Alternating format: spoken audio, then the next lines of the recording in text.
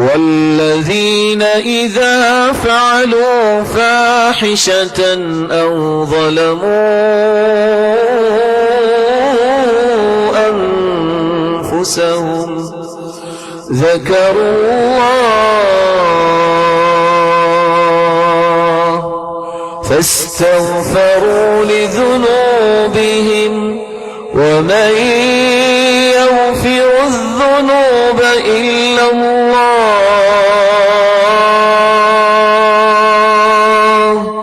ولم يصروا على ما فعلوا وهم يعلمون والذین اذا فعلوا فاحشہ، جن سے کوئی گناہ سرزد ہو جائے، فحاشی کا ارتکاب ہو جائے، او ظلموا انفسہم، یا اپنی جانوں کے ساتھ کسی قسم کا ظلم کر بیٹھا، ذکر اللہ، اللہ کی یاد ان کے اندر آ جاتی ہے، فاستغفروا لذنوبہم، فوراً اللہ کے اپنے گناہوں کی توبہ کرتے ہیں، ومن یغفر الذنوب الا اللہ، اور ان کے دل میں یقین ہے کہ اللہ کے علاوہ کوئی بخشنے والا نہیں، ولم یصروا، اصرار نہیں کرتے، پھر بار بار گناہ نہیں کرتے، بلکہ اقرار کرتے ہیں اللہ ہم سے گناہ ہو گیا، دوبارہ کرنے کا، دوبارہ نہ کرنے کا عزم کرتے ہیں، اللہ دوبارہ نہیں ہوگا۔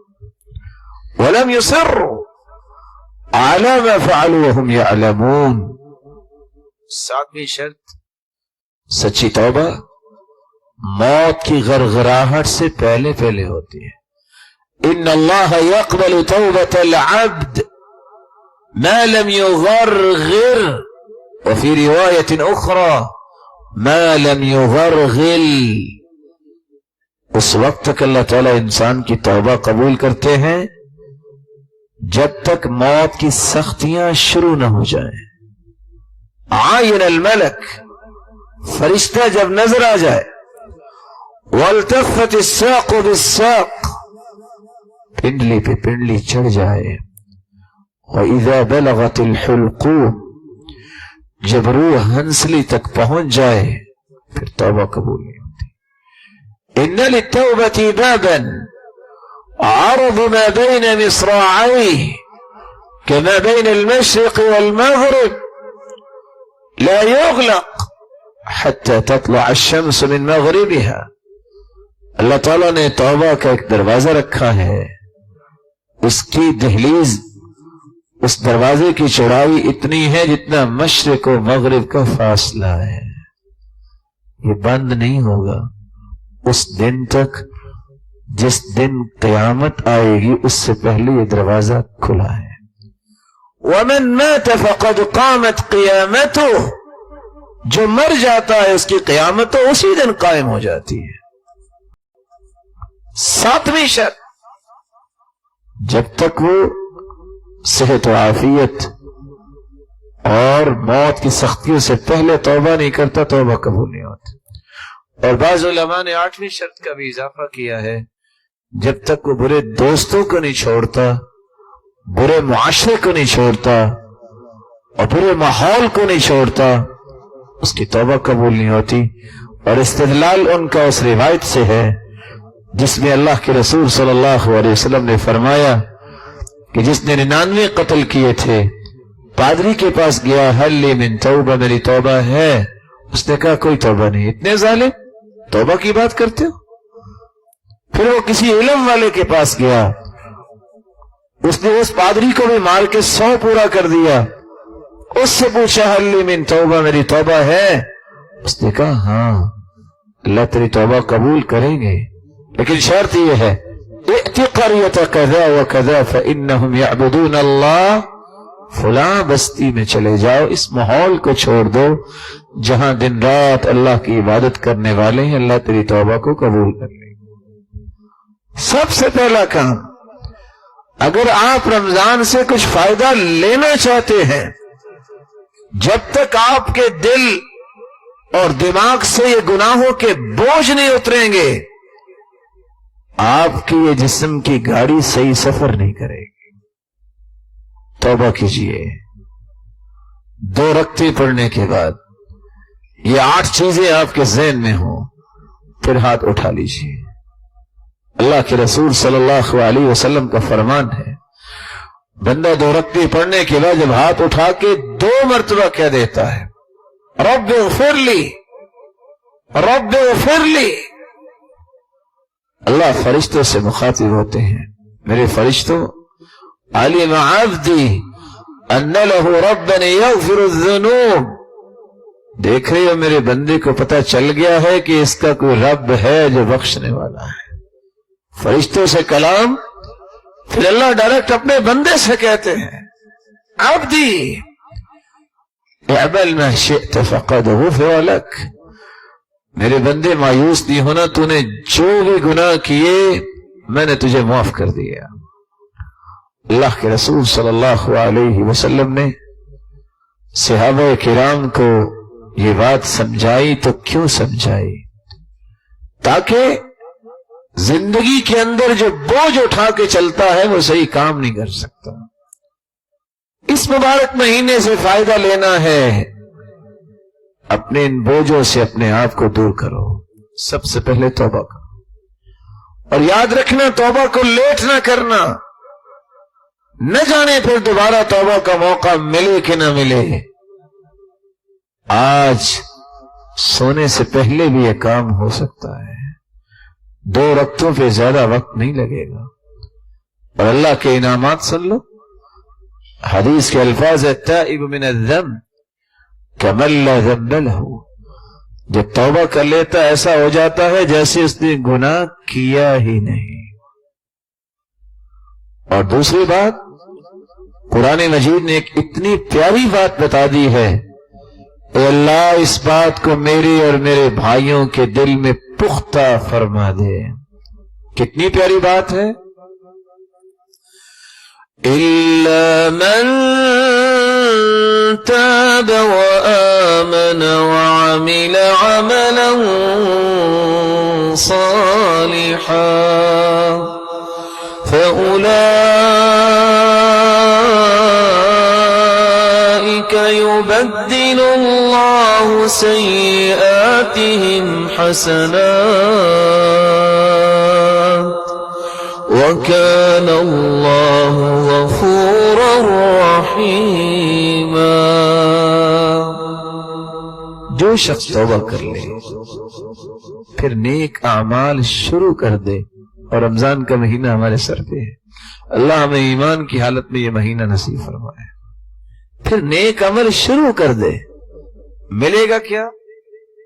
بڑے بڑے قابل لوگ بھی یہاں بیٹھے ہوں گے جو کمپیوٹر کو آپریٹ کرتے ہیں اور لکھ کے فارغ ہو جاتے ہیں، کمپیوٹر نے بھی لکھا نہیں ہوتا، ایسے لوگ بھی ماسٹر موجود ہیں۔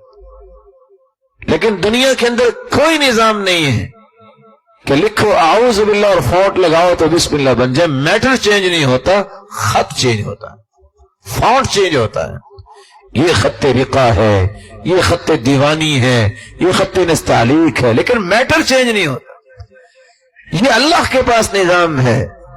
کسی کی 80 سال عمر ہے، 10 سال پہ نماز فرض ہوئی، مار کے پڑھاؤ، 7 سال پہ اس کا حکم دو۔ اگر اس نے 80 سال گناہ کیے ہیں اور اس نے توبہ کر لی ہے تو اللہ فرشتوں سے کیا کہتے ہیں؟ اس آیت کو سمجھے۔ بلا شبہ اللہ تعالیٰ نے وہ لکھنے کا حکم دیا، فرشتے کسی چیز سے لکھتے ہوں گے، اللہ ہی جانتا ہے، اور رجسٹروں کا لفظ حدیث میں آیا، رجسٹروں پہ لکھتے ہوں گے۔ اور کیسے رجسٹر، کیسا سسٹم؟ اب اگر 80 سال کی لکھائی کو اگر قلم عفو جس کو کہتے ہیں، معافی کا قلم پھیرا جائے، اس کو مٹانے کے لیے بھی تو 80 سال لگیں گے نا۔ اللہ فرماتے ہیں فونٹ ایسی لگاؤ یہ 80 سال کے گناہوں کو بھی نیکیوں میں کنورٹ کر دو۔ یہ میرے رب کے پاس ہے نظام۔ اللہ اس نظام سے ہمیں فائدہ لینے کی توفیق عطا فرما دے۔ دوسرا کام، توبہ کرنے کے بعد جب تک آپ کا دل خوبصورت نہیں ہوگا اس وقت تک یہ دل آپ کو رمضان کی خوشیاں دلائے گا بھی نہیں۔ دل کو کس چیز سے پاک کیا جائے؟ سب سے پہلی بات، فضیل ابن عیاض رحمت اللہ علیہ فرمایا کرتے تھے، لم يدرك من عندنا من أدرك بكثرة صيامه ولا صلاته وإنما أدرك بسخاء الأنفس وسلامة الصدر والنصح للأمة۔ رمضان کے جو بلندیاں اور مقامات ملے ہیں وہ صرف روزہ رکھنے اور قیام کرنے سے نہیں ملتے۔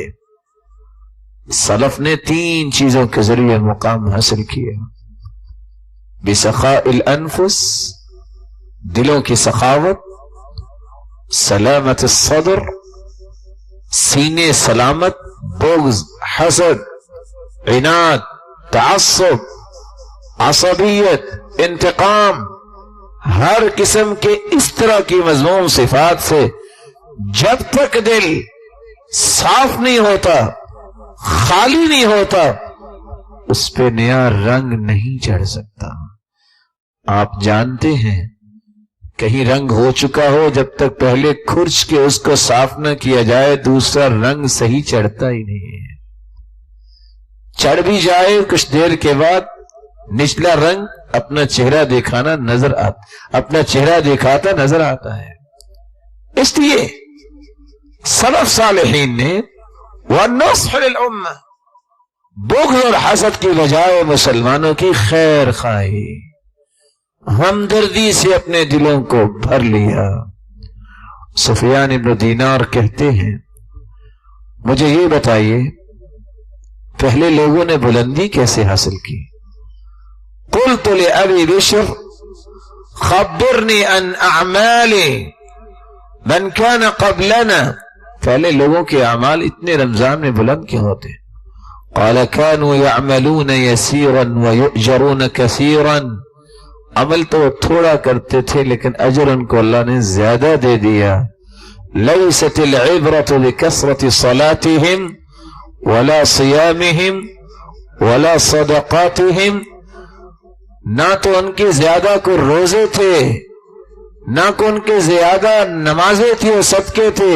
سارے مسلمانی مہینے کا روزہ رکھتے، وہ بھی 30 ہی رکھتے تھے۔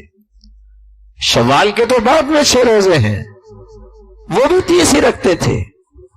مسلمان بھی زکوٰۃ دیتے تھے لیکن مقام حاصل کرنے والے بھی زکوٰۃ ہی دیتے تھے۔ فرق کیا تھا؟ قال لسلامت صدورہم، ان کے سینے بڑے پیارے تھے، ان سینوں میں، دلوں میں مسلمانوں کے بارے میں سوائے خیر خواہی اور ہمدردی اور محبت و احترام کے سوا کوئی چیز نہیں ہوتی، کوئی بغض نہیں، عداوت نہیں۔